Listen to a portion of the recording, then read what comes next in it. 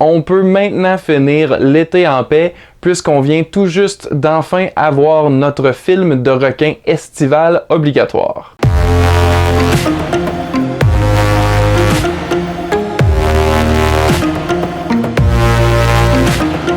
Bonjour et bienvenue à Chuck B Critique. Aujourd'hui, je donne mon avis sur la suite du suspense aquatique 47 Meters Down, maintenant sous-titré Uncaged, version française de Piégé, instinct de survie. Ça n'aurait pas pu s'appeler 47 mètres sous l'eau.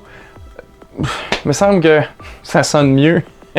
Dans celui-ci, ça raconte l'histoire de deux sœurs qui partent explorer en plongée sous-marine un temple maya submergé avec des amis. À la suite d'un malencontreux incident, elles se retrouvent non seulement piégées, mais aussi pourchassées par des requins blancs féroces. Tout d'abord, je dois souligner les bonnes performances des jeunes actrices qui ont dû s'entraîner et aussi filmer la grande majorité du film sous l'eau. Tous ces éléments techniques, en plus de performer un rôle dans un film d'horreur, disons que ça mérite tout mon respect. Il s'agit des filles respectives des acteurs Sylvester Stallone et Jamie Foxx, soit Sistine Rose Stallone et Corinne Fox. Sans oublier bien sûr Sophie Nellis, une actrice de chez nous qu'on avait découvert tout jeune dans le très bon Monsieur Lazare. Je crois même que c'est elle qui a doublé sa propre voix en français, ce qui fait que le doublage est le plus proche de la performance actuelle dans le film original. C'est écrit par Ernest Riera, le scénariste du premier film 47 Meters Down, et c'est réalisé par le même réalisateur, Johannes Roberts. Il nous avait aussi donné précédemment la suite du slasher The Strangers Prey at Night. Je n'avais pas vu le premier opus avant de voir sa suite, mais après le visionnement, j'ai eu envie de le découvrir. Si on les compare, ils sont très similaires dans leurs prémices et aussi un peu dans leurs conclusions. Mais dans l'ensemble, la suite était mieux exécutée à mon avis. Ça reste une histoire classique, quelque peu prévisible, mais avec tout de même un bon développement d'une relation entre deux sœurs qui parviennent à connecter en passant au travers d'un événement traumatisant ensemble. Malgré tout, il y avait quand même quelques revirements surprenants qui m'ont plu. Par contre, il y avait des clichés du genre, comme par exemple, lorsqu'un personnage panique et met en péril la vie de tous de façon stupide, ou le simple fait qu'à chaque fois qu'une personne utile tente de les aider,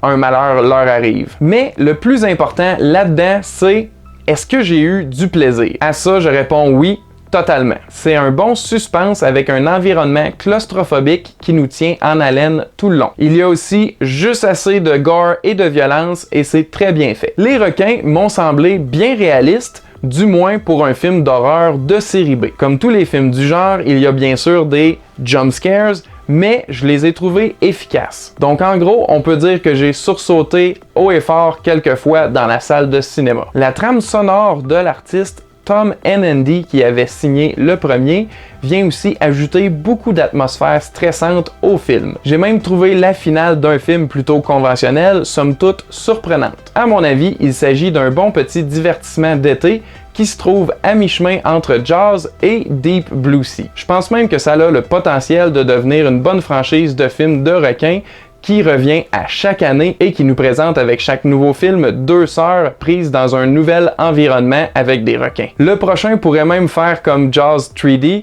et transposer l'action dans un parc marin. Bref, j'ai aimé ça et si vous appréciez les films d'horreur et ou de requins, je pense que ça va vous plaire. Donc ma note pour 47 Meters Uncaged est de 2 gars et demi qui connaissent rien sur 5. 2.5 sur 5. Avant de terminer, j'aimerais savoir quel est votre film de requin favori. Moi, c'est comme plusieurs le classique Les Dents de la Mer version française de Jaws. Ça m'impressionne encore à ce jour qu'il s'agit de la première réalisation de Steven Spielberg. C'est épatant aussi de constater à quel point le film vieillit bien. Présentement, il a 44 ans et ça l'a vieilli comme un bon vin. Et vous, c'est lequel votre film de requin préféré? Avez-vous vu 47 Meters Down Uncaged? Qu'en pensez-vous? Répondez-moi dans les commentaires ci-dessous. Merci de m'encourager en aimant et partageant cette critique, mais aussi en allant vous abonner à notre chaîne YouTube des gars qui connaissent rien, où vous trouverez nos épisodes du podcast en exclusivité vidéo. Merci d'avoir écouté, à la prochaine!